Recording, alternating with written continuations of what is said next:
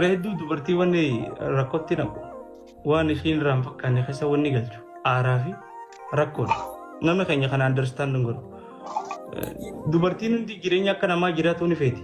Kabajjaadhaan haadha manaa taateetis safuu ishee eeggattee waan hundi jiraatu ni feeti. Because nama jabaa qabaachuu qabdi. Hawaasa jabaa qalbii nama hin cabsine. Hawaasa mooraalii nama hin tuuyin.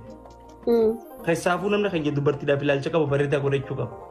Ati obboleettii tiyya fedhu akka fedhe haa ta'u aara jalan gorin namni ammas sodaa rabbii qabaachuu qaba. Namaa miti.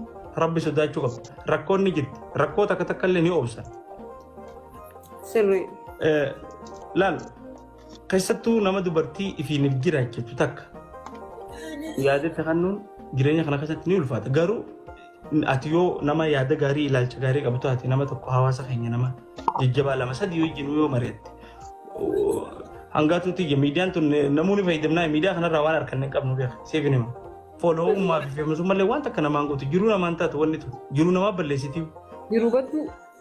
Warri miidiyaa amma fooloo gurguddaa qabu hundi takkaa warra sammuun nagaa qabduumi rakkoo gosa adda addaa tanatti dhufu mariyyoo kana nuun beeksiftu feemasummaa waan guddoo seetee keessaan si arrabsuu jira nama akkanaatiin nu jalaa rakkate nu maxxansi maarree hawaasa kiyya uummata kiyya kana keessaan sagaleen qabaa itteetumu xeeruma yoo daleedde malee beekamtiin waan akkasii nagaa namaa kan nu miti inumaa warra fooloo nama kudhan 20 qabuutu sammuu nagaatiin jiraatu jira kanaafuu bu'aa kan kee guddaa yoo biizinasa farratti yoo barumsa kan keetii wanni maaligaa biizinasa mataa kan keetii yoo banachuu feetii fa'aa yaada akkasii farra sheer wajji goonee itti obboleeyyanii waan gartee safuu qaama qullaa waan kana kanallee baasuu baattee anamma badii sirraamtu miliyoona takka hin qabu jechuun ati waan nama biraatiin waan namni godhu jiru miliyoona takka wanni miti umaatii miti namni gaariif godhee illee nama hamaa akkasii godhuun sirrii miti ilmi namaanii dogongoraa garuu bakka sin fakkaanne dhaabbachuun qabdu hangaatu teenya ati bareedduudha hawaasa bareedaa keessaa baatee mitooma si jaalannuuf malee nama akka nama noormaalatti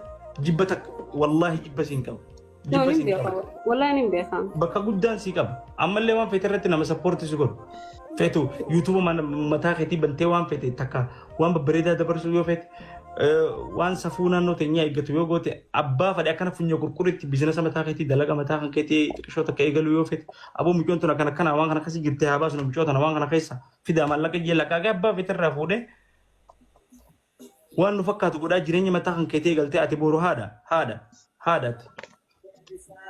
Maal ni zammaanuu waan uffataa kanarratti amma fakkeenyaaf gaafa sanii jechuudha qalbiin namaa na deebisee na dhukkubee operaasiyoona waradhee jechuudha jiroon hospitaala abbaan keenya wallaansisee sii galee miti. Innaa gaafa san sii galee namni kun sii galee miti maal taatee namni homaa siin godhin rabbi si haa fayyisuun maal taatee dhukkubsattee akkamii namni kun siin jedhe bareedaadha sii galee.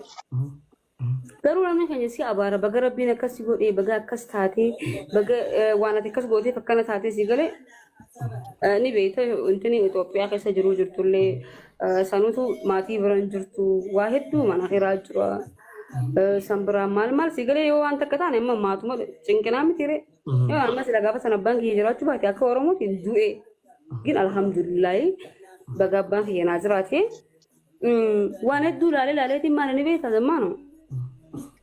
Bakka yoo akka barbaade godhee yoo kullaa dhaabbadhe namni yoo arrakkadheeyyuu dantaashiiti jedhee akkana nallaa rakkoo si jeeqee sinna kolfi yoo kullaa dhaabbadhe minna gabbaa maaltu isa galche zammaanoo ta'e sinaarsu. Nama aarsa dhugaadha. Namni kun barkeessaa irra. Wanni dhaabe hangaatu teenya wanni ammas takka jirtu maali beektaa? Namni waan ati irra jirtu irratti si gargaara beeka. Amma fakkeenyaaf yoo ati amma koski takka kareeffattee bishaan itti buufte boru kamaangoo dhufee liqisii buusuu dhufa. Arra koski tana keessa bishaan buustee jirta gaa namni kun nama dalagaatii si agaree jira namni kun sanboota immoo maangoo liqisii kan itti himaa gurgurtee kafaltaaf.